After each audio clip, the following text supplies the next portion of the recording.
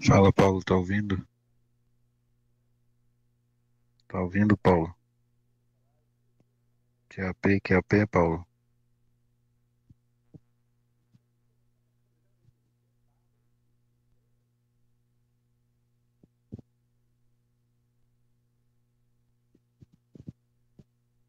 Caramba, tá saindo.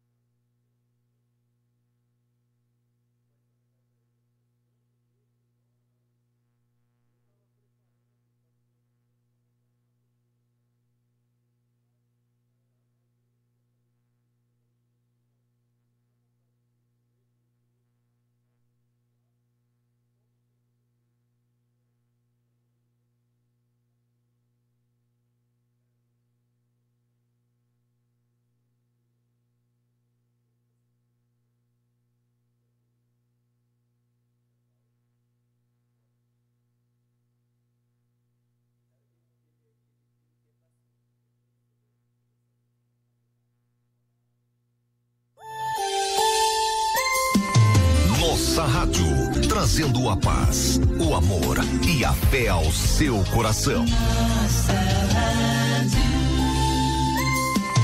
Nossa Rádio, trazendo a 15 paz. de julho na programação do Macapá Verão, Grande Marcha para Jesus. Todos conectados ao Eu Sou. Concentração às 16 horas na Praça da Bandeira, com atrações locais, atos proféticos ao longo da caminhada. Chegada na Praça do Barão, com atração nacional Fernanda Brum. Monte sua caravana e vamos todos marchar para Jesus. Realização: Associação Marcha Liberta Amapá e Instituto Insema. Apoio cultural: Rádio Forte FM, igrejas locais e Prefeitura de Macapá. Dia 24, aqui na nossa rádio, de 16 às 17h30, estreia o programa Boca do Povo. Na apresentação, Cláudio Malta e Gastão Pereira. Seja bem-vindo à nossa rádio.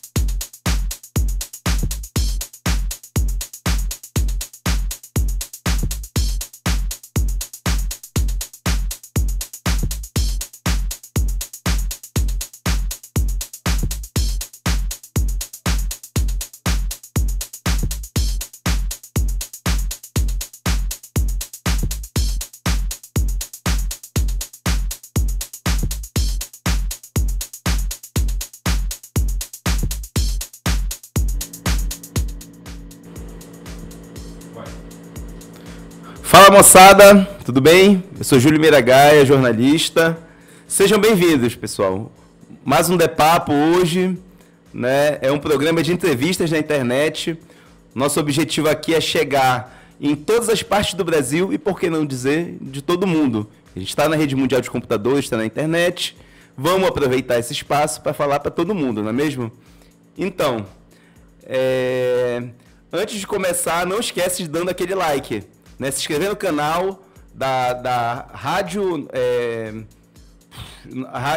como é que é o nome da rádio? Nossa Rádio Amapá. Se inscrever no YouTube e ajudar a compartilhar esse espaço, que é o espaço de discussão, de conhecimento, né, de curiosidades e de, por que não dizer, num sabadão à tarde, de muita diversão.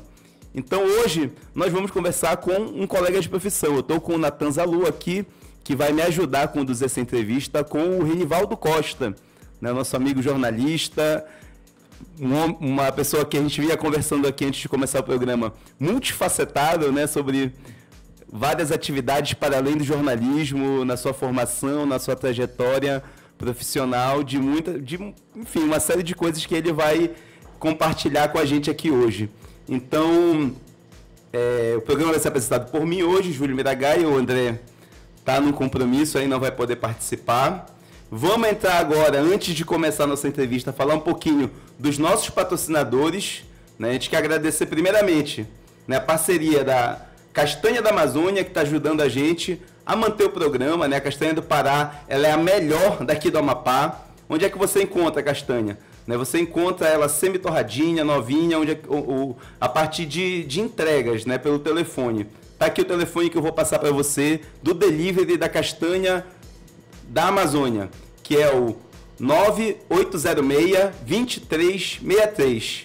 A gente também tem um apoio muito especial, né? Você está com aquela fome no sábado à noite, esse finzinho de tarde aqui, o que é que a gente vai ter como opção?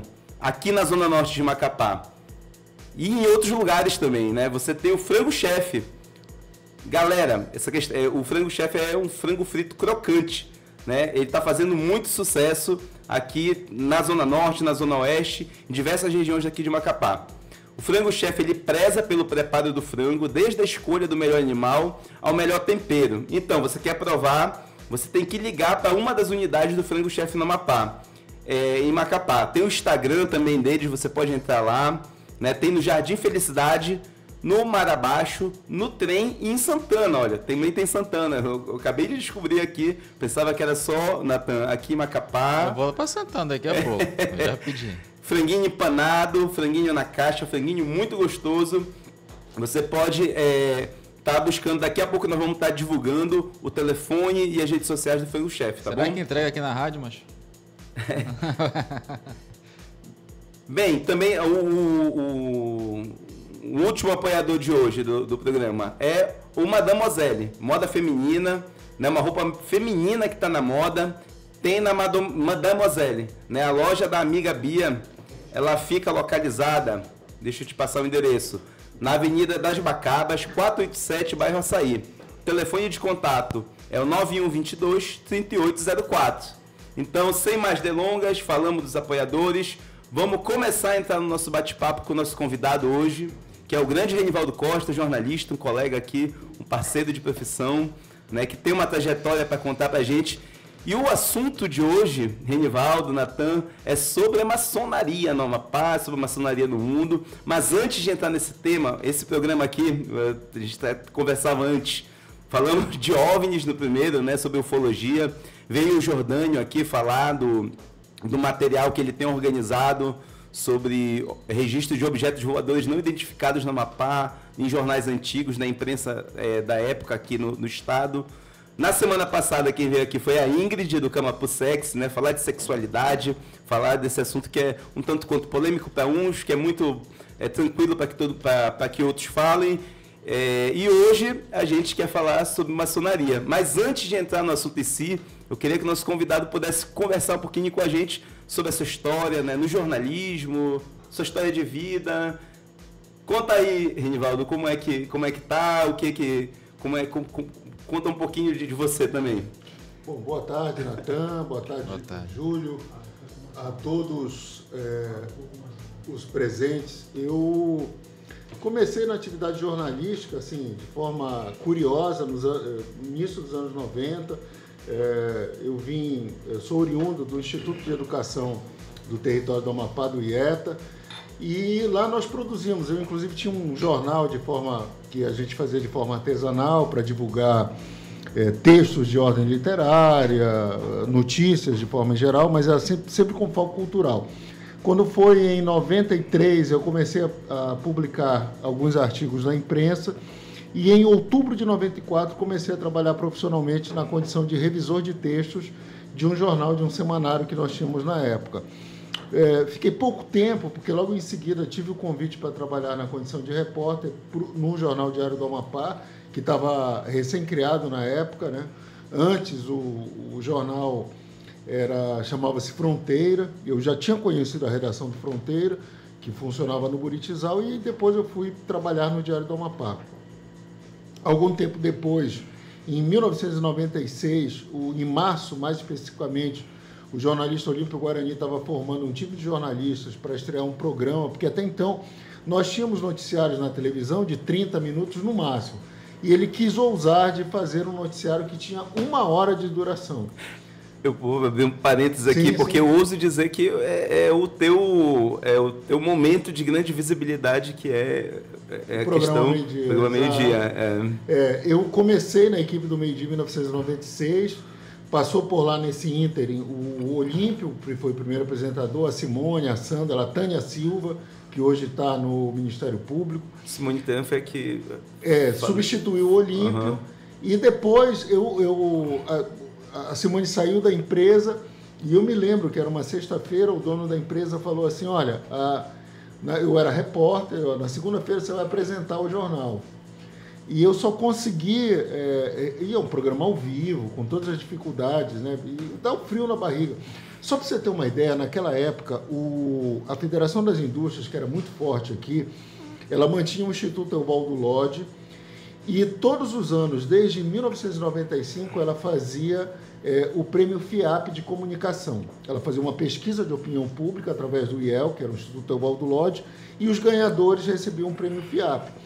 Em 1997, o programa Meio-Dia, segundo a Federação das Indústrias, tinha audiência de 78%. É como se de cada 10 televisores, quase 8 estivessem ligados. Cara, eu me lembro que... Tinha uma força muito grande. Era um programa absurdo, porque ele realmente parava as pessoas, as famílias, né? Eu chegava da escola, criança lá com a minha mãe e meus pais... A gente estava almoçando e a TV estava ligada no programa Meio-Dia, né? E foi exatamente nessa época que o Renivaldo apresentava. Exato. Muito... Então foi uma experiência muito legal. Eu tive, no final dos anos 90, queria fazer o curso, queria muito, nós não tínhamos o curso de jornalismo, comecei a fazer o curso de letras na Federal. Não me adaptei, te confesso que não me adaptei ao curso, eu imaginei que era uma coisa e foi bem diferente, porque eu sempre tive essa verve voltada para o teatro, para a literatura, para a música. Mas, enfim, depois de algum tempo fiz o curso de Ciências Sociais, que é a minha formação. Eu trabalho no serviço público já desde 1998, como professor, como gestor. Essa entrada tua na academia, em Ciências Sociais, foi depois do programa Meio-Dia? Depois. Depois. Tá. Uhum. Eu quis seguir. Eu venho de uma família de marajoaras que chegaram aqui há mais de 55 anos.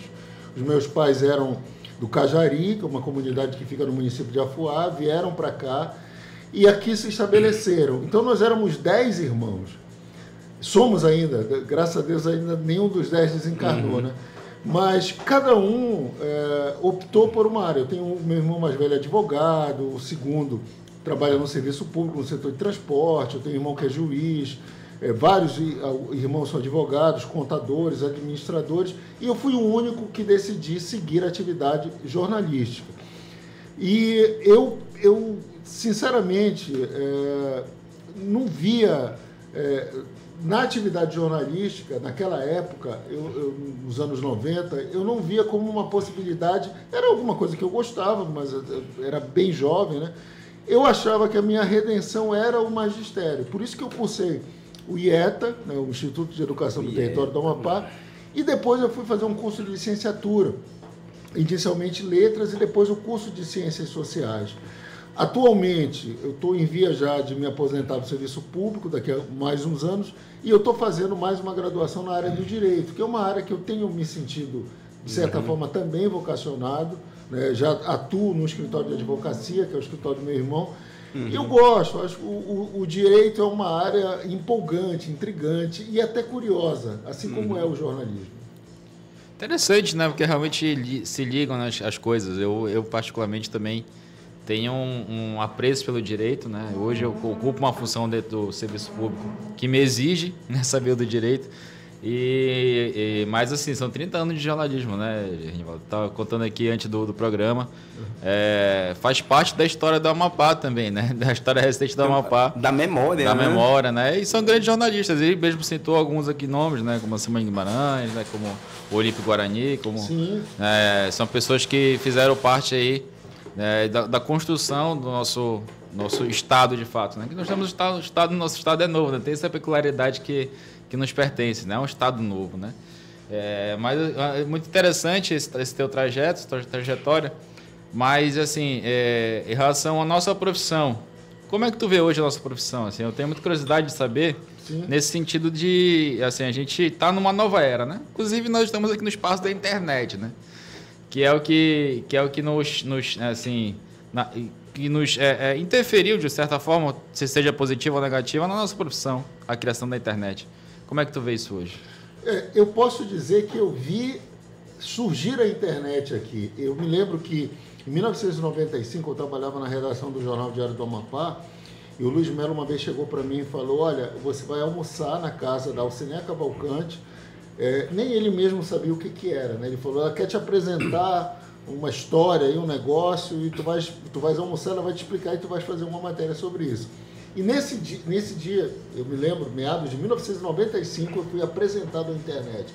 E eu fiquei deslumbrado. A Alciné entrou no site, antigamente a gente usava o Netscape Navigator, era a internet de escada, era a internet das cavernas. Exato. E ela me mostrou, a gente entrou no site da NASA, imagens em tempo real do telescópio Hubble. Eu fiquei fascinado por aquilo, porque eu sempre cresci, quando eu comecei numa redação, a gente usava ainda máquina de datilografia. E aí, de repente, estar diante de um computador e ser apresentado a um software, que eu supunha que era simplesmente um software, não um sistema como é a internet, que te possibilitava saber que alguém lá nos Estados Unidos postasse algum tipo de informação que você conseguia ver, era uma coisa para mim impensável. E eu fiquei fascinado. Naquela época, e falando ainda sobre essa questão da valorização do profissional, eu me lembro que eu tive uma oportunidade, trabalhei no Diário do Amapá, convivi ali com Carlos Bezerra, Hélio Penafor, Bonfim Salgado, e tive um convite entre 95 e 96, um pouco antes de eu começar na televisão, para ser editor de um jornal. Eu ganhava, naquela época, R$3.000. R$3.000 em 1995 é o equivalente a $3.000. Se você atualizar para valores, colocar correção monetária, era mais ou menos um salário de R$20.000. Isso é. Só para você ter uma ideia, dos R$3.000 que eu recebia, eu pegava R$2.000, entregava para minha mãe e ficava com R$1.000 para o meu transporte, para minha cachaça. E R$1.000 nessa época dava para te fazer. Era grana, era $1.000, pô. Vivia bem, né? E eu imaginava assim, eu pensava, porra, se agora as coisas estão boas e nós nem temos uma faculdade de jornalismo, daqui a pouco, quando a gente tiver a possibilidade de formar jornalistas, o mercado vai estar melhor. Infelizmente, eu estava equivocado. Hoje eu vejo ainda colegas se queixando que ganham um salário mínimo. Eu acho que deu uma retrocedida no negócio. A nossa relação de trabalho ela é muito precária, na verdade, né? O cara tem que ser muito criativo para sobreviver de jornalismo. Tu concordas com essa afirmação? Sim, tanto que eu tive que buscar alternativas.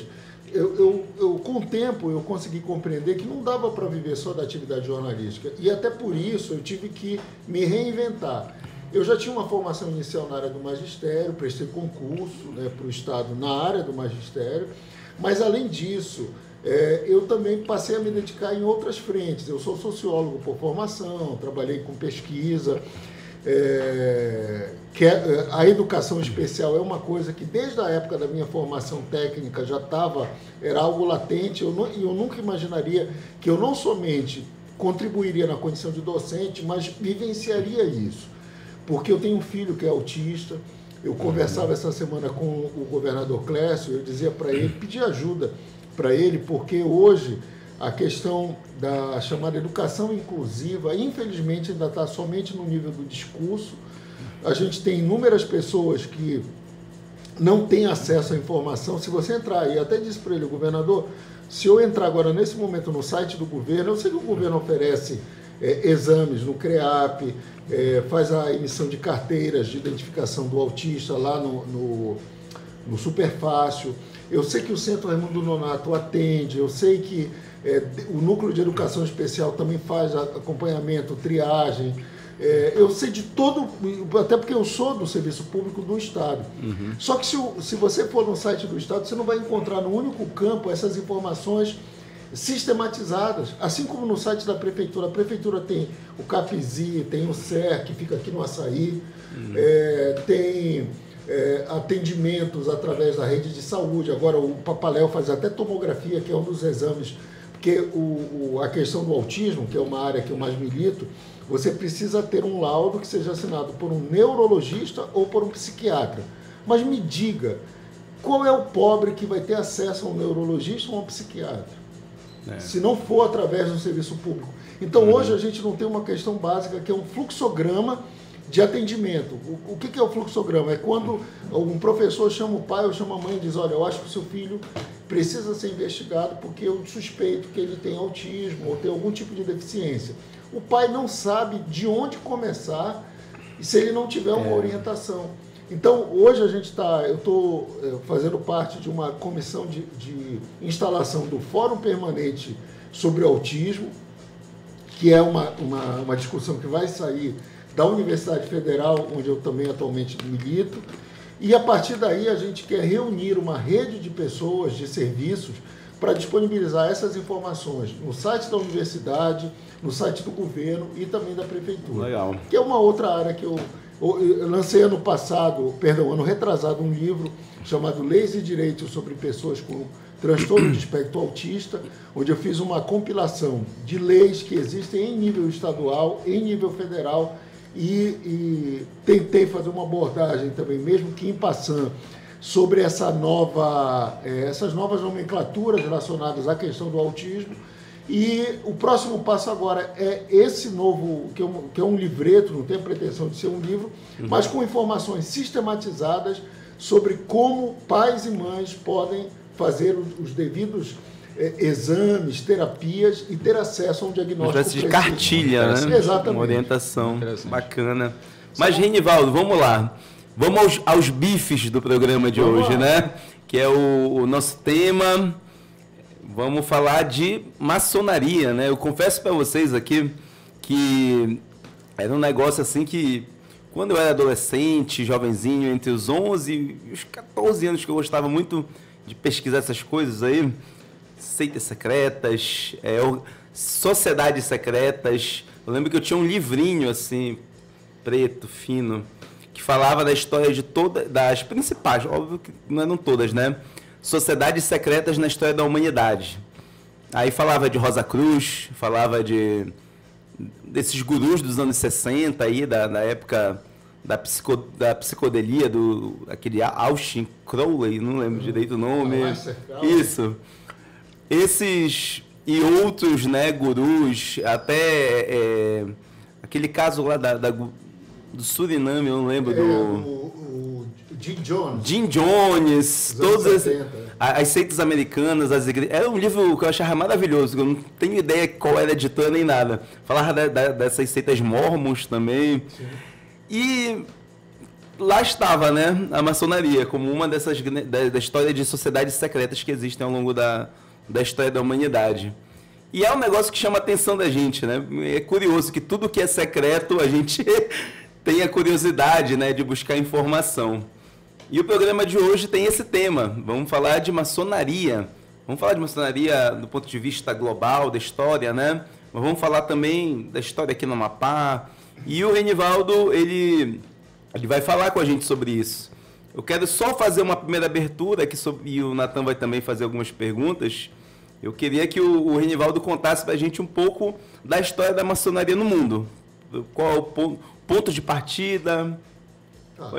Bom, muita gente me pergunta, afinal de contas, quando é que surge a maçonaria? Tem uma resposta que já é clássica numa loja maçônica, que a gente fala que a maçonaria surgiu ali no Jardim do Éden, com Adão e Eva. O simbolismo que está presente na Bíblia, na criação, tudo isso faz parte dos elementos que englobam a maçonaria. Porque é importante que a gente divida a maçonaria em dois momentos. O primeiro é chamada maçonaria operativa e depois a maçonaria simbólica. A maçonaria operativa, ela surge na Idade Média através dos construtores das catedrais. Eles tinham, imagina só que hoje a gente está... Maçom significa ipsilíteres, pedreiro. Então, os construtores, os maçons originais, os maçons operativos, eles eram construtores das catedrais. E é um conhecimento que requer um preparo geométrico, estético, que só era passado, muitas vezes, num caráter genealógico, passava de pai para filho. E chegou um momento em que houve a necessidade desse conhecimento ser transmitido para outros, porque mesmo dentro da família havia a possibilidade, assim como aqui nos anos 90, eu participei de um movimento chamado Marabaixeta, que é junto com o Fernando Canto, porque o Marabaixo estava correndo o risco de desaparecer, porque as novas gerações não tinham interesse em aprender o que é um ladrão de Marabaixo, o que é a dança do Marabaixo e tudo. Rapaz. E a Marabaixeta é um Marabaixo fora de época, que tinha o objetivo de estimular a curiosidade e o conhecimento. A maçonaria surge nesse sentido. Então, vão surgir, dentro da construção das catedrais, você tem lá os mestres engenheiros, você tem os companheiros e você tem os aprendizes. E para cada um deles são estabelecidas palavras e que a gente chama de passes, que são como que uma palavra-chave, uma chave para você acessar mais um degrau de conhecimento. Então, isso faz parte da maçonaria operativa. A maçonaria simbólica, que é a maçonaria moderna, que a gente chama, ela surge, que é onde todo esse conhecimento que estava lá na Idade Média vai ser sistematizado.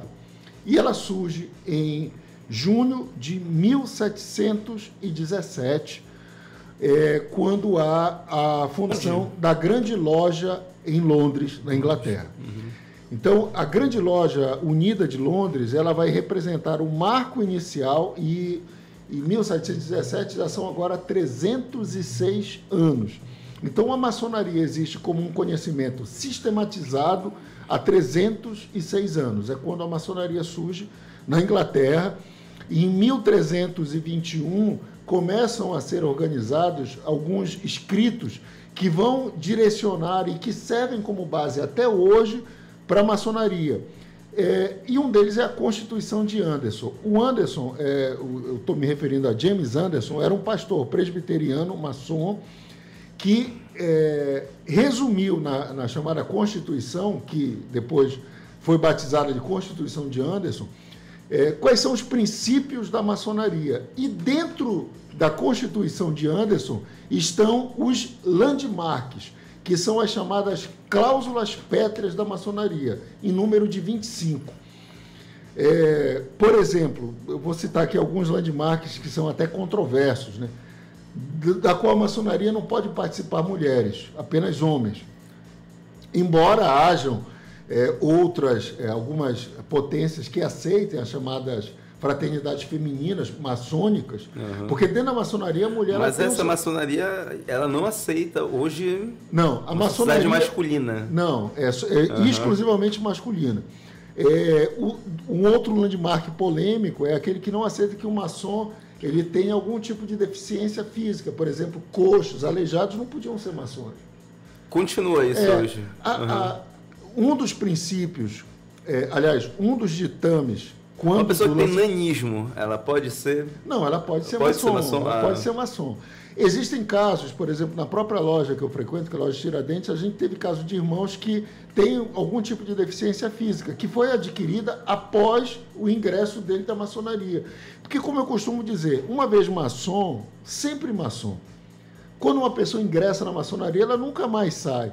O que acontece é que eu não quero participar de forma regular das reuniões. A gente chama de que ela adormeceu. Mas ela vai continuar, porque o conhecimento que ela teve acesso nunca vai sair do coração dela, sem sombra de dúvida. Tem uma curiosidade a respeito disso. Na verdade, teu posicionamento aí sobre a história da maçonaria me levantou algumas questões, né? Primeiro que eu não sabia, cara, sinceramente, eu não sabia que a origem tanto da organização quanto da palavra vem do pedreiro. Maçom muito interessante. Francês, pedreiro. E o mais interessante ainda é que os estigmas, né, vamos dizer assim, por exemplo, pedreiro são até hoje passados de pai para filho. Tem os cursos, tem tudo mais, mas 90% dos pedreiros que você encontrar na rua aprendeu com o pai. Exatamente. Ainda é um estigma, né, até hoje. E também é uma profissão que é 90% de homens, né? É difícil você achar uma mulher que seja pedreiro, mas enfim... Também é um estigma ainda da maçonaria.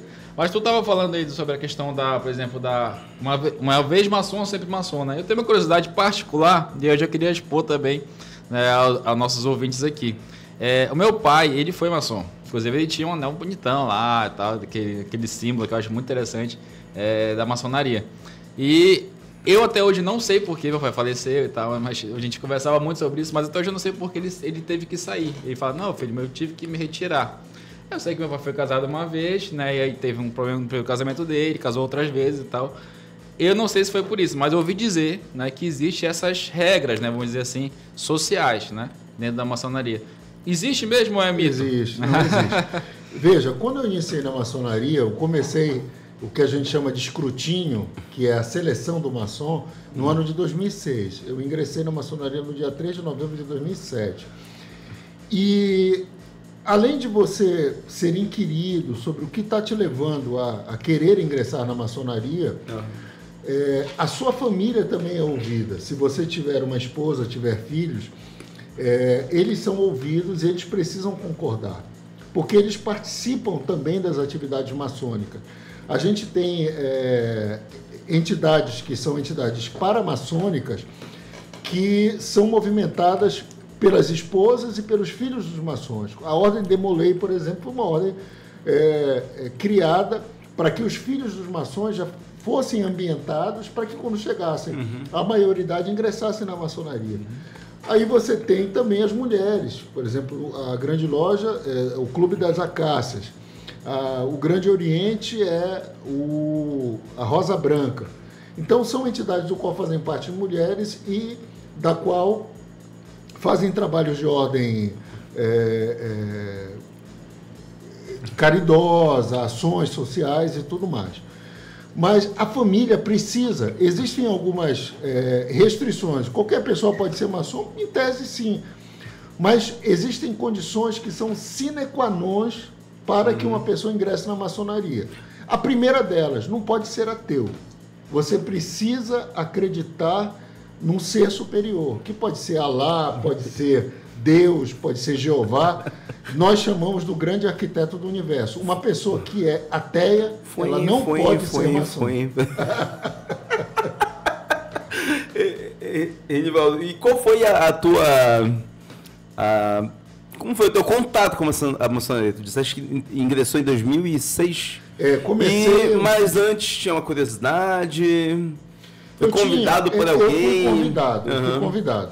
Eu tenho amigos que são maçons, hoje fazem parte, inclusive, da mesma loja que eu, mas, assim, me convidaram, eu, no primeiro momento, procurei pesquisar. É importante que se diga que, hoje, muito do conhecimento histórico a respeito da maçonaria você tem na internet. Mas, e aí, muita gente se fala assim, qual é o segredo da maçonaria? O segredo da maçonaria é um só, são os sinais, toques e palavras pelos quais os maçons se reconhecem. Então não adianta o sujeito, porque já existe muito isso, a gente chama de goteira. quando o sujeito quer se passar por um maçom sem selo. Rapaz, é possível o saber. Instagram, né, e o Facebook, ele tá recheado de perfis de maçons públicos, né? Tu vê, a pessoa coloca na bio dela, ela tenta ganhar engajamento com... E isso é curioso, né? Porque eu acho isso muito curioso. Tu vê muita gente com perfil maçom. E assim, são perfis falsos, né? É como se fosse os perfis... Prometendo vantagens. Exatamente, o perfil do Bitcoins, né? Tem a galera do Bitcoin, que tem o combo, a pessoa que finge que é Bitcoin e é maçom, um negócio esquisitíssimo que tem dentro da rede social. Principalmente tu vê nos perfis, né? Instagram, Facebook, essas coisas. Eu tenho descer mais do ponto de vista local sobre essa questão, né, da maçonaria. A gente tem as lojas maçônicas aqui. Aqui no Amapá, como foi que começou a história dessa sociedade? Conta pra gente. Eu vou voltar rapidamente. Eu falei um pouco do surgimento da maçonaria em nível mundial, da chamada maçonaria simbólica, que é o que a gente vive hoje, que aconteceu em 1717 na Inglaterra. No Brasil, nós temos as primeiras lojas, algumas lojas, há registro de lojas na Bahia e no Rio de Janeiro. Muitos ingleses que eram maçons e se instalaram aqui formaram lojas. 1797 tem registros de lojas na Bahia, 1800 no Rio de Janeiro, mas a maçonaria surge como um organismo vivo, palpável, em 24 de junho de 1822, é quando surge o Grande Oriente do Brasil. O bacana que nem lê. O bacana que o Renivaldo nem lê as datas, né? Ele sabe de cabeça. 1822. 1822, antes, inclusive, da proclamação da República. Né? A maçonaria anterior... Qual foi o mês, Renivaldo? Em junho. Agora completou... Junho de 1822. Então foi antes da independência do Brasil. Exatamente. E o primeiro presidente do Grande Oriente do Brasil foi ninguém menos do que José Bonifácio de Andrade Silva, que foi tutor de Dom Pedro e tudo. Então, a maçonaria ela se organiza como uma instituição da qual... E foram inicialmente cinco lojas que formaram. Porque, veja só, nós aqui no Amapá, nós somos o Grande Oriente, do qual eu faço parte, ele existe aqui no Amapá desde 1989. Mas somente em 2006 é que nós nos tornamos uma delegacia. Em 1989, o Grande Oriente ele estava assim, diretamente vinculado ao Grande Oriente do Brasil, no Pará. Em 2006, ele vai ascender à condição de delegacia, onde a gente vai ter um delegado, e agora, em 2021, nós nos tornamos um grão-mestrado. O que é isso? É quando o Grande Oriente, aqui do Amapá, ele ganha a sua autonomia administrativa. Ele passa a gerir. E hoje, o Birinha Picanço, que é o nosso atual grão-mestre, é ele quem dirige o Grande Oriente do Brasil no Amapá. Então... É claro que antes do Grande Oriente do Brasil, existiram outras lojas aqui. Em 19 de novembro de 1948, foi fundada a loja Duque de Caxias, que fica ali na Coriolano Jucá. Tanto que está lá, Duque de Caxias, número 1. Ela foi a primeira loja a ser fundada aqui. Eu já ia falar dessa loja aí. Na rua que fica de cara Paulo Conrado ali, né? Coriolano Jucá. Ela é a loja mais tradicional que faz parte da memória de muita gente. Exato, porque foi né? a primeira pelo centro, está ali. Mas veja, lembram que eu falei sobre a grande loja da Inglaterra, que surgiu em 1717? Pensem a maçonaria, é claro que eu vou usar uma analogia aqui que talvez seja um pouco inadequada, porque eu insisto que maçonaria não é religião. Mas para que as pessoas consigam entender, pensem na maçonaria como se fosse a Igreja Católica. Você tem lá o Estado do Vaticano e você tem as arquidioceses que são espalhadas aí pelo mundo, né, onde estão os cardeais e tudo mais. É como se na maçonaria o Estado do Vaticano fosse a grande loja unida da Inglaterra. O que significa isso? Ou seja, para que uma potência maçônica seja reconhecida como legítima, regular, ela precisa ser reconhecida pela grande loja unida da Inglaterra. Aqui no Brasil, apenas o Grande Oriente do Brasil é reconhecido pela grande loja da Inglaterra. Embora em 1927 tenha havido uma cisão, veja só, o Grande Oriente do Brasil foi fundado em junho de 1822. Pouco mais de 100 anos depois, em 1927, houve uma cisão e foi formada a Grande Loja. A loja Duque de Caxias, que a gente tradicionalmente vê lá, está vinculada à Grande Loja. Aqui no Amapá, ela é a primeira a ter se instalado, embora a Grande Loja não seja hoje reconhecida. Nós, por exemplo, quem é da Grande Loja participa das reuniões do Grande Oriente, quem é do Grande Oriente participa, para poder fechar essa explicação. É como se nós tivéssemos lá o Estado do Vaticano e nós tivéssemos as cisões da igreja ao longo do tempo. Por exemplo, tem a Igreja Católica Ortodoxa, que é lá da Grécia. Sim. Tem a Igreja Católica Apostólica Romana. É mais ou menos isso. É como se o Grande Oriente fosse a Igreja Apostólica Romana e a Grande Loja fosse uma Igreja Católica Ortodoxa da Grécia, que nós respeitamos como potência maçônica, mas que é fruto de uma cisão do Grande Oriente do Brasil. Renivaldo, o André, né, nosso apresentador, vai entrar agora, fazer alguma pergunta para ti, vai dar uma entrada. Ele está lá em Belém agora, já está se organizando aqui para falar. Vamos lá, André.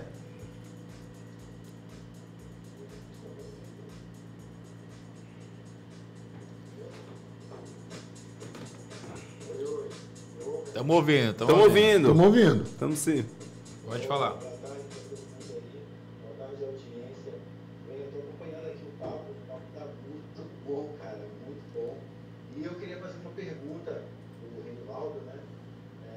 Ele estava falando da questão religiosa aí, e sempre tem um debate, né, sobre essa questão religiosa da maçonaria relacionada aos cristãos, né? E a minha pergunta é justamente essa, Renivaldo. Um cristão evangélico, ele pode ser maçom, cara? Porque assim, as pessoas têm muito preconceito sobre aquilo que elas não conhecem, né, de fato. E a maçonaria tem muito isso no meio evangélico, né? As pessoas acham que a maçonaria é do diabo, que é um grande instrumento do diabo, a dominação mundial. Então a minha pergunta é essa aí, Renivaldo. Um crente evangélico pode ser maçom também? Pode, claro que pode. Veja, eu diria até que é mais fácil um evangélico ser maçom do que um católico ser maçom. E eu vou explicar por quê. Vocês lembram que no século XVI surgiram os chamados movimentos de contra-reforma? Em 1517, no dia 31 de outubro de 1517, o Martinho Lutero fixa lá as 95 teses na Alemanha e começa o movimento que é denominado de Reforma Protestante. Logo em seguida vem a reação da Igreja Católica na chamada Contra-Reforma. E aí surge um sujeito, um espanhol, chamado Íñigo Lopes de Recalde.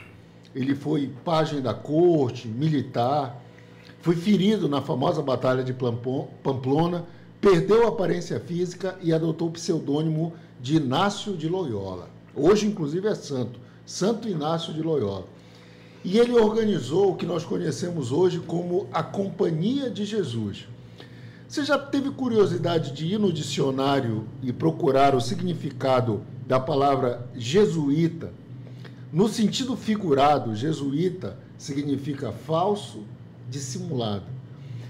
Um dos trechos do juramento dos jesuítas diz assim: prometo ensinar a guerra lenta e secreta contra protestantes e maçons, queimar vivo esses hereges, usar o punhal, a punção, a corda de estrangulamento, farei arrancar vivo do ventre de suas mulheres os seus filhos, a fim de aniquilar a raça.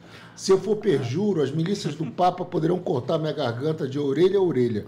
Escrevo o meu nome com a ponta deste punhal molhado no meu próprio sangue. Esse é um trecho do juramento dos jesuítas. Meu irmão, é um cristianismo visceral. Exatamente. Eu queria perguntar para o Renivaldo o que ele toma para memória, mas porque ele sabe as datas, ele sabe os trechos do livro, ele sabe de memória. Ele não está lendo nada aqui, gente, por incrível que pareça. E tem um livro, um romance maçônico que eu recomendo, você consegue comprar na internet, chamado O Papa Negro, que é como o líder maior dos jesuítas é conhecido. A igreja, o Inácio de Loyola ofereceu os seus serviços à igreja para perseguir protestantes e maçons, e ele começou a ganhar tanta força que depois a própria Igreja Católica resolveu banir os jesuítas. Ele tinha uma espécie de grupo Wagner. Exatamente. Tem muitas histórias, inclusive a gente considera, tem um jesuíta que é considerado o apóstolo do Brasil, né? O José de Anchieta, que ele, inclusive, chegou a assassinar um holandês, pastor protestante, chamado Jacques Lebauer, na Baía de Guanabara. Então, a história dos jesuítas não é tão romântica quanto a gente imagina. Eles são o grupo Wagner do cristianismo. É isso. Teve outros grupos também no cristianismo. Então, eu digo que é muito mais fácil. Durante o período de Contra-Reforma, tanto judeus, protestantes, maçons, foram perseguidos pelos jesuítas, pelos movimentos de Contra-Reforma, de maneira igual. E aqui no Brasil tem algumas histórias curiosas. No final do século XIX, chegaram aqui 1873, foi fundada na cidade de Santa Bárbara do Oeste, que é no interior de São Paulo, as primeiras igrejas batistas e presbiterianas aqui no Brasil. E tem um detalhe, por exemplo, a Igreja Batista foi fundada pelo reverendo Richard Radcliffe, e ele é interessante que toda a cúpula que fazia parte da Igreja Batista era também pertencente ao mando, né, à coordenação da potência maçônica que foi instalada. No caso dos presbiterianos, a situação é até inversa, porque primeiro foi fundada na cidade de Santa Bárbara do Oeste uma loja maçônica, tá, chamada George Washington, e quando os presbiterianos chegaram lá no interior de São Paulo, eles não tinham local para fazer os cultos, e os cultos eram feitos na loja maçônica. Olha então isso, há uma uma tolerância. Por exemplo, eu sou batista, né? Fui batizado na Igreja Batista, o pastor da minha igreja era maçom, o filho dele, que é pastor, também é maçom. Então eu digo que é muito mais fácil você ser protestante e maçom do que católico, porque no caso do catolicismo chegou a ser uma guerra velada. No caso da igreja protestante, que a gente chama aí de segmentos evangélicos hoje, sim, nunca houve, é claro que há manifestações de forma isolada de pastores, de bispos, enfim, mas não há, se você procurar, não tem nenhum único documento assinado por batistas, presbiterianos, até pelas igrejas mais ferrenhas, opositoras, como são as igrejas pentecostais, que criticam ou que determinam, você vai ser abolido. Tanto que eu, ao longo da minha trajetória de 15 anos como maçom, eu cheguei a ser padrinho, que é quando a gente indica uma pessoa para a maçonaria, e em 2 ocasiões eu fui padrinho de 2 pastores de igrejas pentecostais que até hoje são maçons. Eu vou fazer uma aspa aqui, que são... Esse sectarismo, entre aspas, que existe, talvez seja dessas igrejas mais neopentecostais do que as tradicionais. Por exemplo, você é evangélico de uma igreja batista, que é uma igreja mais tradicional, parece que é mais aberta às questões mais humanas, né? Fazer esse link mais orgânico com a sociedade, né? E as igrejas neopentecostais parece que não são mais para dentro de si, né? Exato, porque as igrejas neopentecostais, eu sigo, tem um personagem que eu acho muito curioso, engraçado, e também faz umas críticas que são nevrálgicas nesse aspecto, que é o apóstolo Arnaldo. Não sei se vocês conhecem. Sim. Né? Ele quer ser semideus até, né? Ele quer chegar... Vice-deus. Vice-deus. de acordo com o número de seguidores. Embora ele utilize da sátira, mas muito daquilo que ele fala é a verdade. Eu não sei se vocês já ouviram falar do rastafarianismo. Sim. Já ouviram falar, né? O rastafarianismo, ele não somente é um movimento cultural, como religioso que está presente na Jamaica. Mas você sabe como é que surgiu o rastafarianismo? Um missionário batista foi designado para pregar o evangelho em Kingston, que é a capital da Jamaica. O nome dele era Márcio Marciá Garvey. Aí ele chega lá e ele começa a não conseguir fazer com que a sua pregação fosse entendida. Porque na cabeça dele, o evangelho que ele estava pregando era um evangelho de brancos. E começa a ter rejeição. E aí então se forma, ele começa a observar similaridades entre a história do povo judeu e do povo etíope. Os etíopes, assim como os judeus, foram arrancados de sua terra, foram feitos escravos, espalhados pelo mundo e tudo mais. Ele começa a ver essa relação de similaridade. E ao invés de ver em Israel como o berço do cristianismo, ele vê na Etiópia. O líder político da Etiópia passa então a ser visto como o Messias, o leão da tribo de Judá, e recebe o título de Rastafari Makonnen. E daí começa a surgir, tanto que o rastafarianismo, enquanto religião na Jamaica, ele admite, inclusive, assim como os judeus admitem a questão do sacrifício de animais, que é o bezerro, que é a pomba, no rastafarianismo ele admite o sacrifício de animais de acordo com a realidade.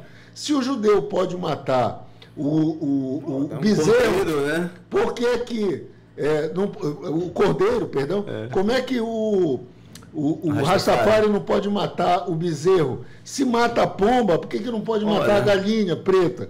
Então, surge porque a gente é acostumado. Eu vi outro dia um depoimento de um antropólogo. Minha mão vai passar aqui na tua frente para pegar a castanha da Amazônia. Ele é nosso patrocinador. Ele colocou no bolso lá uma deputada, acho que é Silvia, do Tony. Ele disse, olha, eu não consigo nem lhe explicar, porque quando os espanhóis chegaram na América, os indígenas, aqueles originários, os povos originários, olhavam as caravelas e não conseguiam ver as caravelas porque eles não sabiam, eles não tinham cognição para saber o que era aquilo. A gente precisa, para a gente estabelecer um conceito, formar um conceito sobre alguma coisa, a gente parte daquilo que a gente tem, informação, né, ou daquilo que pelo menos a gente escuta. Eles não tinham... Eram os deuses chegando. Exatamente, eram os deuses. Aquele filme lá os deuses devem estar loucos. Exato. Sal da garrafa de Coca-Cola. José de Alencar falou, só um parênteses, José de Alencar falou no livro dele, o Guarani, que os índios não conseguiam vislumbrar, não conseguiam entender que estavam chegando, não conseguiam nem ver. Viram os portugueses quando eles perceberam que eram Gente, humanos. vamos fazer só interrompemos a programação rapidamente, porque ainda há pouco eu não tinha conseguido falar o telefone, né, do Frango Chefe. O telefone do Frango Chefe é o 9202-4545. Você pode pedir via delivery em Santana, no Marabaixo 1, no Jardim Felicidade e no trem. Então, o Frango Chefe está espalhado. Esse franguinho empanado, gostoso, bem temperado, ele está espalhado em Macapá, gente. E também tem em Santana. Jardim Felicidade 1, trem, Santana e Marabaixo 1. Então, é só entrar no telefone, 9202-4545. É o WhatsApp, é por telefone. Você faz seu pedido para conseguir o Frango Chefe, tá bom? Vamos voltar à nossa entrevista. A gente está ao vivo aqui no Facebook, né? E tem muita interação aqui. Eu já queria aproveitar para dar um salve aí para nossos ouvintes, né? Tem comentário, Natan, depois. O Ricardo Guimarães, né? Ele comentou o seguinte: em 1717, a primeira Constituição maçônica foi estabelecida, né? Porém, a prática maçônica especulativa já tinha sua atuação há séculos atrás. Sim. Como exemplo na Escócia. E aí, uma pergunta que é muito interessante aqui, também já vou emendar com uma minha, né? Ele fala que o Carlos Nunes Júnior fala que o Ragon foi um grande maçom. Deve ter ouvido falar do Ragon? Não, sinceramente não. E aí tem uma pergunta do Carvalho Ferreira, que eu também já vou emendar com uma minha aqui. Existe muita mística na maçonaria, né? Eu acho que a maçonaria, inclusive, ela é movida um pouco por isso, também pela mística que ela representa da sociedade que ela é. Precisa ser uma sociedade anônima e tal. E aí tem uma história, né, que é uma lenda urbana, vamos dizer assim, que já ouvimos falar, que os maçons, eles faziam as práticas, e aí, voltando inclusive ao assunto que você estava tratando, as práticas de sacrifício animal, né? E aí surgiu a história do maçom comer bode, né? Até onde tem uma fundamentação histórica disso e até onde, né? Se isso já foi uma prática mesmo, ou se nunca, se isso é mito, se isso é lenda. Essa questão do bode é um tema assim, muito controverso, porque há inúmeras histórias que tentam justificar o simbolismo do bode na maçonaria. Mas assim, em resumo, eu quero dizer que em pleno século XXI, em plena pós-modernidade, é inadmissível que se acredite ainda nessa ideia esdrúxula, estapafúrdia, de que os maçons cultuem um bode. Mas que há esse simbolismo, há. E existem duas correntes, pelo menos. Eu me lembro que no dicionário maçônico, não me lembro agora o autor, me fugiu, mas no dicionário maçônico, quando está lá a remissiva bode, uma das explicações que o autor utiliza é do dicionário maçônico da editora Trolha, que é uma editora especializada em publicações maçônicas, que durante o período da Santa Inquisição, muitos maçons foram presos, torturados, mas que há, inclusive, o autor chega a mencionar, esses maçons são que nem bode, a gente coloca, põe para sofrer, mas não consegue arrancar nada deles. Eu prefiro acreditar que essa relação ela seja, inclusive, mais recente. O Eliphas Lévy, que era um esotérico francês, ele foi o primeiro a utilizar aquela figura mística do bode, do Baphomet. Tá? E que muitas pessoas relacionam como o Baphomet como sendo um símbolo maçônico. Embora o Eliphas Lévy fosse maçom, mas o Baphomet estava relacionado à crença da corrente esotérica que ele cultuava. E não tem nada a ver. É uma simbologia específica. A parte. Em nenhum dos graus da maçonaria existe a simbologia do bode. Mas como essa figura do Baphomet ficou muito, inclusive é tema até de livros, de pesquisas e tudo mais, eu penso que o bode foi introduzido nesse momento de forma muito mais forte, como tendo relação. A maçonaria não é uma religião, eu quero reafirmar. A maçonaria ela é uma entidade espiritualista? Porque, como eu disse, uma das condições para ser maçom é acreditar em Deus, que nós chamamos de grande arquiteto do universo. Quando você inicia na maçonaria, você faz um juramento sobre o livro da lei. O que é o livro da lei? É o livro que representa a sua fé. Se o sujeito for muçulmano, quando ele ingressa na maçonaria, ele faz juramento no Alcorão. Se ele for judeu, faz na Torá. E se ele for cristão... Ela não é refém de uma doutrinação religiosa específica, então. Não. Ela é... Se for a Bíblia, é a Bíblia. Se for a Torá, é a Torá. Se for o Alcorão, é o Alcorão. Isso. Se for o Vedas, é o Vedas. Bhagavad Gita, o que for. Interessante, Entendi. né? Tem mais uma pergunta aqui para só encerrar a nossa rapidinho, antes do... Eu interrompendo agora o Renivaldo visualmente para mostrar a castanha da Amazônia. A castanha da Amazônia está aqui. Daqui a pouco a gente divulga o telefone de contato para fazer a encomenda. Ela está aqui, mas não por muito tempo, porque vai fazer ela não está por muito tempo, porque, rapaz, ela chegou para fazer uma diferença no nosso no nosso tira-gosto aqui, né, no caso. Nosso papo da tarde aqui no sábado. Estamos alugando aqui o Renivaldo. Tem mais uma pergunta aqui para encerrar a nossa participação do YouTube, né, do Thiago Freitas Martins. O que leva um maçom a convidar uma pessoa para ingressar na ordem, que também é uma dúvida minha. E aí, como é que eu faço para entrar na maçonaria? Bom, quando alguém, pelo menos eu falo por experiência própria, quando eu cheguei a convidar até hoje, ao longo de 15 anos, 5 pessoas. E, felizmente, todas as pessoas que eu convidei até hoje estão na maçonaria.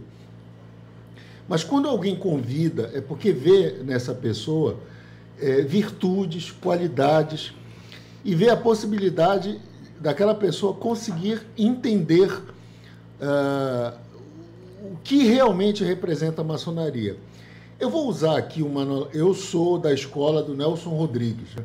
Do anjo pornográfico Nelson Rodrigues. Grande Nelson Rodrigues. E eu vou usar aqui uma analogia que não foi o Nelson que usou, mas poderia ter sido, mas foi o escritor Rubem Alves.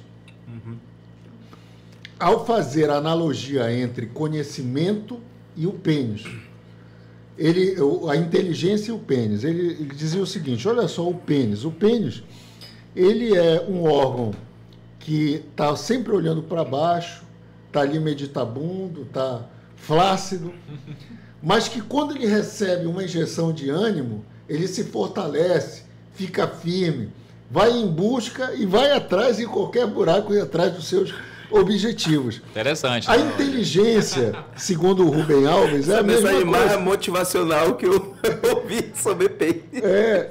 A inteligência é a mesma coisa. Eu, depois de que ingressei na maçonaria, ao longo desses 15 anos, eu aprendi o seguinte.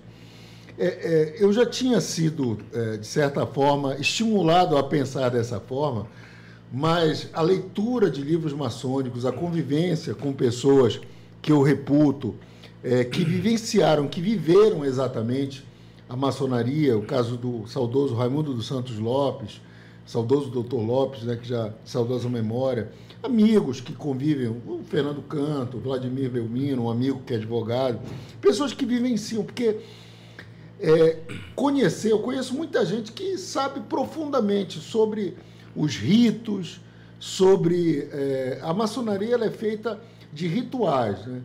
Cada um dos graus, se de repente você for maçom e eu ir encontrá-lo, pelos sinais, toques e palavras, eu consigo saber se você é um aprendiz, um companheiro ou um mestre maçom.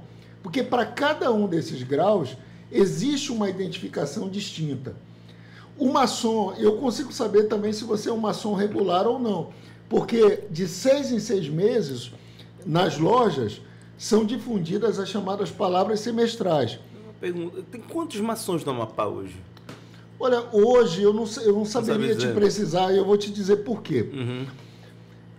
Eu cheguei lá atrás a explicar que a maçonaria ela foi feita de cisões. Por exemplo, eu faço parte de uma potência... Ela é ampla, então. Eu faço parte de uma potência que é o Grande Oriente do Brasil. O Grande Oriente do Brasil, que surgiu em junho de 1822... é a única potência maçônica reconhecida pela Grande Loja Unida da Inglaterra. Mas existem outras, tem o Grande Oriente Amapaense, tem a Comab, tem a Grande Loja, tem outras potências. Nós estabelecemos alguns anos atrás, no caso nós, que eu falo Grande Oriente, de receber os nossos irmãos que queiram participar das nossas reuniões, de iniciações, elevações ou exaltações. Mas... em nível nacional, em nível global, a Grande Loja, hoje no Brasil, reconhece apenas o Grande Oriente. E isso é tão forte, essa questão do escrutínio pela qual são escolhidos os maçons, e aí também respondendo um pouco daquela pergunta, o que você vê numa pessoa para convidá-lo? Eu estava em 2014 num voo indo para o Rio de Janeiro, passar o Réveillon no Rio de Janeiro. Quando chega aquele momento que o avião começa a aterrissar, alguns mais afoitos ficam já no corredor esperando o momento de descer. E eu fui um deles. E bem à minha frente tinha uma pessoa que, quando ela colocou a mão sobre o assento, lá segurando, eu vi que tinha um anel maçônico. Eu, no mesmo momento que identifiquei que estava ali um irmão maçom, eu fiz a ele um sinal, ele me reconheceu também como um irmão, e me convidou. Nós saímos do aeroporto, ele pegou um táxi, nos deixou, nós já tínhamos um flat alugado, nos deixou no flat e deixou o contato, me pedindo para que aquilo que eu precisasse, ou se quisesse passar o Réveillon junto à família dele, olha só, uma pessoa que nunca me viu, que não me conhece, mas que acredita que o escrutínio que foi realizado pela minha loja foi rigoroso ao ponto de que ele não estaria levando um estranho, um criminoso ou uma pessoa para casa dele. Isso faz a gente pensar, um dos, não sei, porque a gente não conversou sobre isso ainda, né? Mas um dos eixos aí da sociedade é a fraternidade em si. porque as pessoas se encontram, elas não se conhecem, mas elas têm uma identificação que é a sociedade. Que a sociedade leva para uma relação de fraternidade, de Irmandade. Irmandade, né? Uhum. Que muita gente confunde essa ideia que você muito bem abordou, muita gente confunde isso com aquela ideia de que não existe um maçom pobre, de que o maçom é obrigado a ajudar o outro. Veja, nós de fato temos um juramento e um compromisso moral, independentemente do juramento, de ajudar ao nosso próximo, e ainda mais se for o nosso irmão. Mas com uma ressalva, naquilo que for possível e justo. Eu não vou ajudar o maçom a tirar vantagem num processo licitatório, a tirar vantagem, um famoso jeitinho brasileiro. Uhum. Tem uma história que outro dia eu publiquei, é de um autor desconhecido, mas que narra uma história a seguinte: o sujeito estava viajando para o interior, trabalhava numa seguradora, e de repente o carro dele deu problema. Próximo, ele viu uma residência, se dirigiu e descobriu que nessa casa morava um irmão maçom. Na verdade, o maçom que morava na casa o reconheceu e imediatamente se propôs a ajudá-lo. Chamou um mecânico. Como o carro dele não ficaria pronto no mesmo dia, ele convidou o seu irmão maçom para que pernoitasse na casa dele. E aí, no outro dia, quando o carro desse sujeito ficou pronto, ele, curioso, perguntou para o seu hospitaleiro, e perguntou o seguinte: você me ajudou porque eu sou maçom? Aí o sujeito que o ajudou disse assim: não, eu ajudei você porque eu sou maçom. É isso, né? É o que talvez seja o que o mundo precisa, né? De uma relação mais, de uma reciprocidade, da gente acreditar. Eu sou menos planejada. O Vinícius de Moraes usava uma frase dizendo assim: o ser humano é irresistível. E talvez por isso o Vinícius, que foi poeta, diplomata, chegou há poucos anos atrás, inclusive, acho que foi na época do Fernando Henrique, ele tinha sido expulso do Itamaraty, a família dele teve direito teve direito à reintegração e aposentadoria, e aí os herdeiros ganharam esses dividendos, mas isso, é de acreditar que o ser humano ainda tem jeito. Eu particularmente acredito, sabe? A maçonaria me fez compreender algumas coisas, Júlio e meu amigo Zalute, que a gente, na verdade, hoje, nessa pós-modernidade, vou usar uma expressão sociológica, a gente quer esperar só o pior das pessoas, né? A gente, por exemplo, eu me lembro, acho que somos contemporâneos de idade, nos anos 70, nos anos 80, a gente via, por exemplo, um adulto segurando uma criança que não fosse seu filho, e a gente não conseguia ver maldade. Hoje, se uma pessoa está lá segurando ou faz um gesto que possa ser muito mais íntimo, invasivo, e que se não for um parente próximo como um pai ou uma mãe, a gente já pensa na maldade. A gente mesmo fica preocupado, na verdade, né? Eu tenho filho pequeno, eu tenho um exércitozinho em casa, de 4 filhos. E a gente já pensa isso, realmente, né? A gente tem um policiamento sobre a conduta, o comportamento das pessoas. E no nosso tempo, eu me lembro, quando eu comecei o primário, ia sozinho, com 7 anos, já ia, no meu primeiro dia de aula eu fui sozinho para a escola. Mas hoje eu tenho meu filho caçula, tem 9 anos, eu não deixo ele ir sozinho. Ninguém a gente não leva. Os de lá de casa estão 11, 12 anos, a gente deixa na escola com essa preocupação. Renivaldo, eu tenho uma pergunta sobre curiosidades, né? Tu tens alguma história curiosa sobre maçonaria para contar pra gente, sobre ingresso ou sobre alguma coisa inusitada que aconteceu? Olha, assim, ao longo dessa minha trajetória, nunca houve nenhuma situação assim que eu pudesse considerar como atípica. Mas há muitas... tem causos. Tem causos. Tem um perfil no Facebook chamado Curiosidade da Maçonaria, que eu sigo, e quando o assunto é interessante, é Curiosidade da Maçonaria. Ele sempre traz algum tipo de informação, algum tipo de... E ali você tem, por exemplo, teve um caso que o Fidel Castro, quando em 1959, né, eclodiu a Revolução Cubana, um dos generais do Fulgêncio, que o encontrou e que poderia ter matado e poderia ter sepultado ali o sonho de fazer o sonho da Cuba, né, que persiste até hoje, ele era um maçom que poupou a vida do Fidel Castro. E por isso, em Cuba, durante a gestão do Fidel, os maçons, embora fossem vistos como figuras de direita, como aversos a revoluções, eles foram poupados. E foram permitidas reuniões na ilha. Tem um caso... O Lenin falou que o Lenin era maçom também. Será que é verdade? Tem algumas lendas, né? Lenin maçom. Falando um pouco da reforma protestante, né? Que surgiu toda a nova leitura do cristianismo hoje. Dizem que Martinho Lutero Martinho Lutero e João Calvino eram maçons. Por exemplo, tem muitas histórias. Beethoven. Fala-se que o Albert Einstein, não. Tem aquele filme famoso aqui só que Stephen Hawking. Isso, que era também. Mas enfim. Mas o certo é que a maçonaria ela esteve presente em inúmeros momentos. Se você observar as datas, a nossa independência foi só em setembro de 1822. A Grande Loja, o Grande Oriente, foi fundado em junho de 1822, meses antes. E como eu disse, desde 1797 já haviam reuniões regulares de maçons na Bahia e no Rio de Janeiro. E que as figuras centrais eram maçons. O Dom Pedro II foi maçom.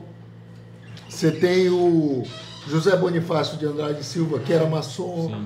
Gonçalves Ledo era maçom. Que era, aliás, quando houve a fundação do Grande Oriente, o primeiro presidente do Grande Oriente foi o José Bonifácio de Andrade Silva, e o grão-mestre, né, e o vice-grão-mestre foi Gonçalves Ledo.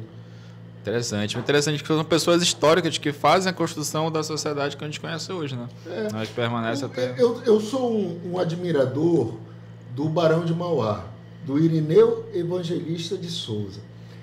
O Barão de Mauá, depois Visconde de Mauá, com 14 anos, ele já era guarda-livros, seria uma espécie de um técnico em contabilidade hoje, né, guardadas as proporções, e que já falava, com 14 anos, o Barão de Mauá já falava fluentemente o inglês, porque tinha muitos comerciantes, né, depois, em 1808, houve a abertura dos portos, então tinha muitos ingleses no Rio de Janeiro naquela época. Ele começou a usar o seu recurso para comprar ações que ninguém queria mais, que eram do Banco do Brasil. E depois, quando o governo chamou, o Império chamou para que aqueles acionistas do Banco do Brasil se reunissem, porque havia um interesse de refundá-lo, porque apenas para lembrar, o Banco do Brasil ele foi fundado em 1808 por Dom João VI. Só que quando a família real foi embora para Portugal, eles rasparam tudo que tinha no banco e fundiram o banco e deixaram os acionistas a ver navios. E muita gente que tinha papéis, que eram acionistas do Banco do Brasil, que é um papel que não valia nada, o Barão de Mauá, o então Irineu, ele era apenas o Irineu Evangelista de Souza, começou a comprar. Ele refundou o Banco do Brasil. Ele foi o grande... tem um filme que eu recomendo que você assista, chamado Mauá, o Imperador e o Rei, que nas ruas do Rio de Janeiro do século XIX, era dessa forma que as pessoas tratavam Mauá. Existia o imperador, o Dom Pedro, sim, mas Mauá era o rei. Porque o que o Mauá movimentava nas suas empresas, ele foi sócio, foi a primeira empresa a fazer linha de transporte aqui no Rio Amazonas, em direção a Belém, Manaus, e o Barão de Van de Kolk, que hoje é inclusive o nome de uma rua lá em Belém do Pará, que foi sócio dele, tudo que ele movimentava dos seus negócios era superior ao orçamento do império daquela época. Então existia a figura do imperador, que era Dom Pedro II, mas o Barão de Mauá, que era maçom, que foi maçom, era considerado, na verdade, o rei. E, Renivaldo, só mandar mais um abraço aqui. A gente está nos 10 minutos finais. Só mandar um abraço aqui do YouTube aqui para finalizar, que está pedindo para mandar um abraço para o Renivaldo, é o Luiz Henrique Teixeira, né? Dizem que é muito bom. Sim, nosso irmão maçom também, Luiz Henrique. Bem, Renivaldo, tem uma pergunta aqui da Maria Lourdes. Ela fala assim: acredito que para um maçom, ela quer que você comente, na verdade, né? Acredito que para um maçom, assim como para Deus, o que ligares na terra liga no céu. Então eles iniciam o primeiro ritual jurando no livro que acredita. Então acredito que só por esse motivo o ateu está por fora. A Bíblia, por exemplo, nos diz: não tomarás o Senhor teu Deus em vão, porque o Senhor não terá por inocente o que tomar seu nome em vão. Êxodo 27. Fora isso, o livro não é usado para nada. Conseguiu pegar a mensagem? Eu acho que eu entendi. Veja, como é o nome dela? Maria Lourdes. Maria Lourdes, veja, a importância do livro não é apenas para ser proposto um juramento, como pelo menos foi o que eu entendi. É como se o livro fosse lá um instrumento de juramento, mas que não servisse. As nossas reuniões, nós utilizamos diversas, de acordo com o grau, diversas passagens da Bíblia, refletimos, discutimos, mas sem entrar na questão do ponto de vista da interpretação religiosa. Mas a gente procura trazer para a nossa vivência aquilo que está expresso no livro da lei. Eu, como cristão, vejo o livro da lei como a Bíblia. Inclusive, nas nossas reuniões, nós, no grau 1, que é o grau de aprendiz, nós fazemos a referência a um dos salmos, que, quando o salmista Davi diz: ó, quão bom e quão suave é que os irmãos vivam em união, como óleo precioso que desce sobre a cabeça e vem sobre a barba de Arão. As próprias representações de uma loja maçônica, elas reproduzem de uma forma mais proporcionalmente menor o Templo de Salomão. As colunas, inclusive, que estão na entrada da loja são duas, a Boaz e a Jaquim, que era o nome das duas colunas de entrada do Templo de Salomão.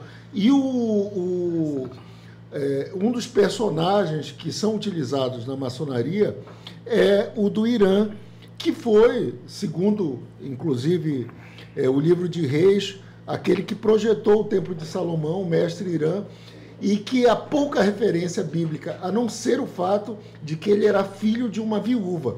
E por isso, uma das formas que o maçom é reconhecido é como o filho da viúva, seguidor de Irã. Rapaz, eu acho impressionante as referências ligadas, né, com religião. A gente está chegando nos 8 minutos finais do programa, e aí nós vamos ter o sorteio no finalzinho agora, e eu quero fazer 2 perguntas em um para o Renivaldo, para que a gente encaminhe já para as considerações finais posteriormente. O Natan vai fazer mais uma pergunta também, mas basicamente os legados da maçonaria para a humanidade, né? Essa é a pergunta 1. E a pergunta 2, o que é ser maçom hoje? Tá. Bom, o que é ser maçom? É conseguir respeitar o seu próximo, não somente por aquilo que você vê de similitudes, mas principalmente por aquilo que é divergente a você. É conseguir buscar a sabedoria e o conhecimento e tentar se desprender da sua visão, que muitas vezes sectária, que muitas vezes etnocentrista, que muitas vezes muito limitada a respeito do que é Deus.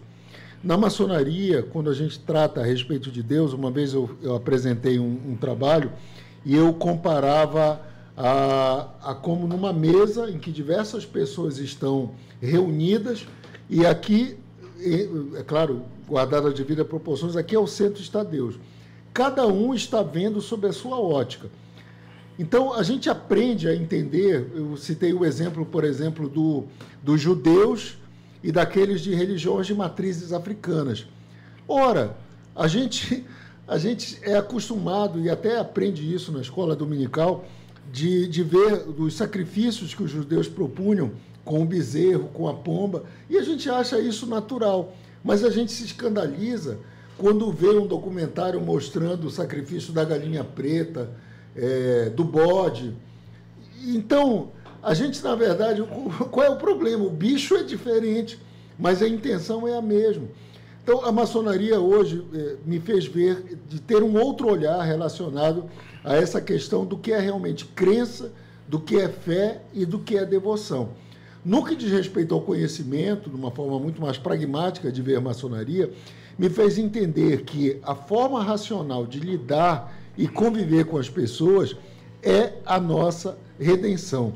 O Jorge Amado, ele tem um texto, acho que é em Navegação de Cabotagem, quando ele fala do seu cemitério particular. A gente só consegue ser feliz, a gente só consegue ter paz quando, ao invés de cultuar inimigos, a gente aprende a enterrá-los no nosso cemitério particular. Ninguém é obrigado a conviver ou se relacionar com quem não gosta, mas você não é obrigado a ser um algoz ou ser um adversário daquela pessoa. E, nesse sentido, a maçonaria me ensinou a lidar com esse tipo de coisa. Natan? Na verdade, eu queria só agradecer, que foi assim, uma experiência fantástica, né? Estar conversando aqui. A gente poderia ficar falando aqui. Rendeu, né? Foi rápido. A gente poderia ficar falando aqui muito tempo em relação à maçonaria, mas também com esse convidado especialista aqui, né, no assunto. Nosso jornalista também estava conversando aqui antes do programa começar, mais de 30 anos de jornalismo, né? Então tem muita história para contar. E interessante que realmente eu vou pegar essa receita, mas porque a tua memória tá tinindo, sabe data, sabe? Isso é coisa de historiador, na verdade. Historiador, jornalista social, né? Cara, juntou tudo. Mas eu queria só agradecer, Juliano, o convite, né, do nosso amigo André.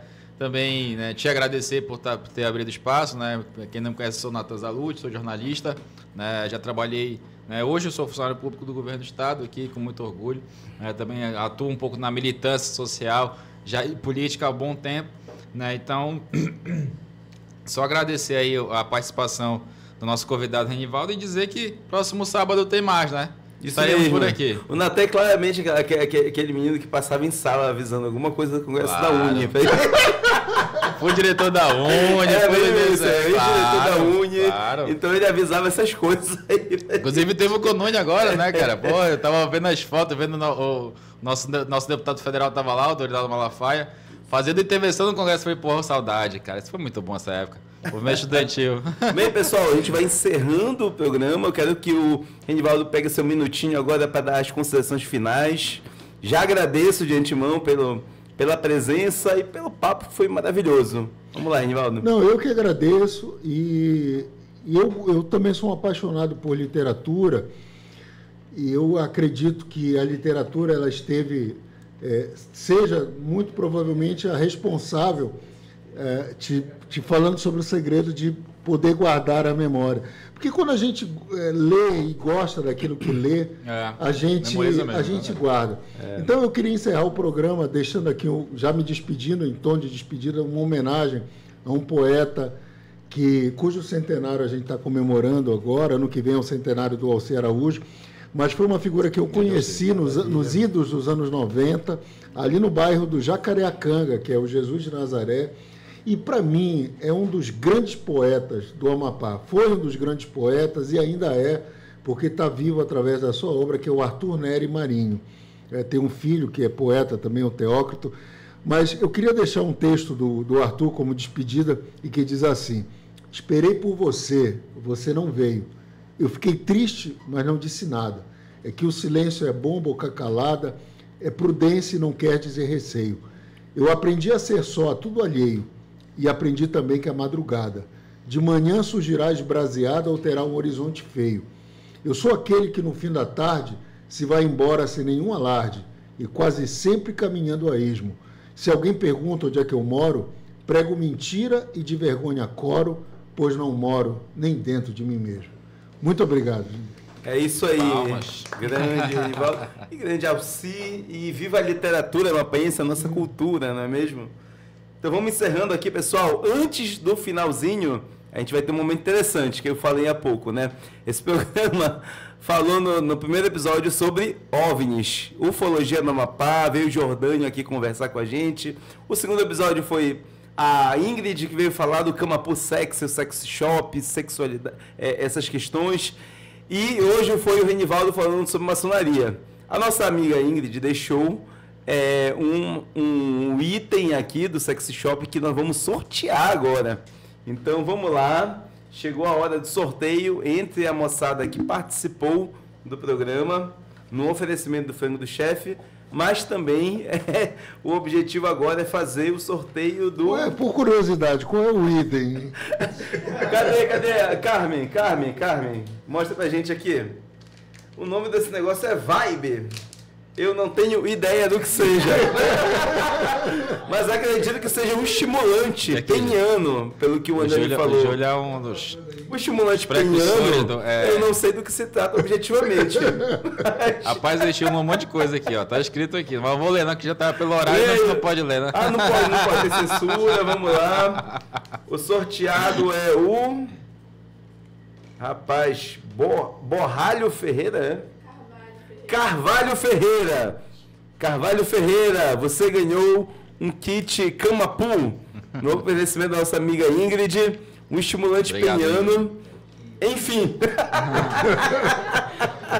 Pessoal, muito obrigado pela audiência, obrigado a todo mundo pela participação, obrigado Renivaldo, pelo bate-papo que foi muito gostoso. Natan Zalu, meu amigo, vamos daqui para frente construir essa parceria, para que esse programa, para que o De Papo, junto com o André Silva, ele avance para algo mais, para que a gente consiga avançar em um projeto interessante com esse tipo de assuntos, né? Nosso objetivo é fazer um debate sobre assuntos interessantes, assuntos que chamem a atenção, assuntos que todo mundo quer saber do que se trata. Como é a maçonaria, como é o universo dos sex shops e como é a questão da ufologia. E acompanhe nossa rede social aí para ficar por dentro bem dos próximos programas. Sigam. Também, fazer o resumo desse aqui, que foi muito interessante. E sigam a gente aí para a gente ficar acompanhando. E hoje, quero fazer referência ao Dia do Homem, né? Mas bem que poderia ser o Dia de Todos os Santos. Né? Pessoal, nossa Rádio Amapá, sigam nas redes sociais, segue a gente aqui pelo YouTube e também acompanhe. Nós vamos, a partir dessa semana, fazer... nós estamos criando, né, os perfis oficiais do programa De Papo. Segue a gente aí, muito obrigado pela audiência. Até semana que vem.